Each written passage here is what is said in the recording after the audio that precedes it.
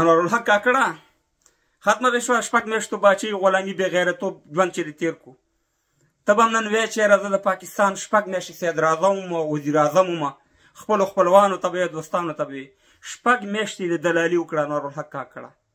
6 میاشتې د هغه د بې غیرتوب کارونه وکړه چې د افغانانو د پښتنو په 15,000 کاله تاریخ کې دا کارونه چا نه کړي، لکه تا چې د پنجاب ته دلالي او د امریکایانو ته دلالي وکړه.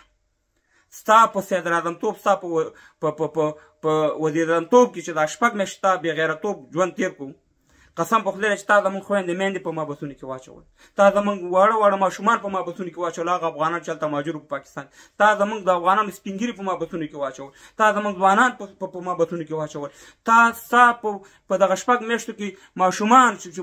دننه په محبسونو کې زموږ د خویندو میندو وشو، هغه هلته مړه شو صاحب مهربانه، او تا پولیسو او تا د پاکستان پولیسو له امر ورکړی چې مهاجر جیلونو کې واچول، تا د هغې ځمکې، تا د هغې جایدادونه، تا د هغې پیسې ضبط کړې.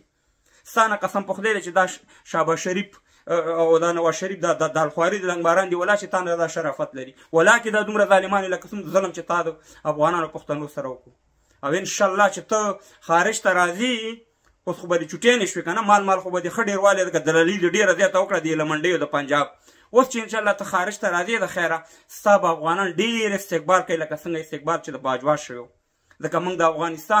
افغانان پښتانه په هر مملکت کې دي او دا د افغانستان ملي اردو ده، دا د افغانستان سربازان دي، په خپل وطن باندې ځان قربانوي. او د هغه افغانانو د هغه پښتنو چې تا په محبسونو کې د مهاجر اچولي په پاکستان کې، د دې بدن انشاءالله د موږ یو شي پوښتنه کوو. انشاءالله ستا دا باقي مانده ژوند نه دی، دا به دومره په ضلالت دومره په یې روانې تېرېږي چې انشاءالله چې ته چې کوټې ته ننوځې په ځان باندې به 14 کلمې چوپکې چې ته مهربانه چلته ما پسې افغان نه شي. او انشاءالله د دې شي پوښتنه به نه کېږي. ته هغه بې غیرتوب هغه دلتوب وکړو چې یقین وکړه چې د افغانانو په تاریخ کې چې هېچا هم دومره خپلو افغانانو پښتنو سره ظلم نه دی کړی لکه څنګه چې تا وکړو. او انشاءالله د دې هر شي حساب به در سره کېږي. ستا 6 میاشتې دا دې ختمې شوې، دغه که چېرته دې په غیرت تېرې کړې وې نن به درته موږ سلام کړی وی، مګر نمبر 1 بې غیرت او کاکړ ډېر غیرتمند خلک دي، مګر په کاکړو کې د ټول دنیا نه غټ بې غیرتوب تا وکړو. تا د کاکړو د افغانانو نوم وشرمو، دا دې خړې سترګې به انشاءالله ګرځي په دې دنیا کې.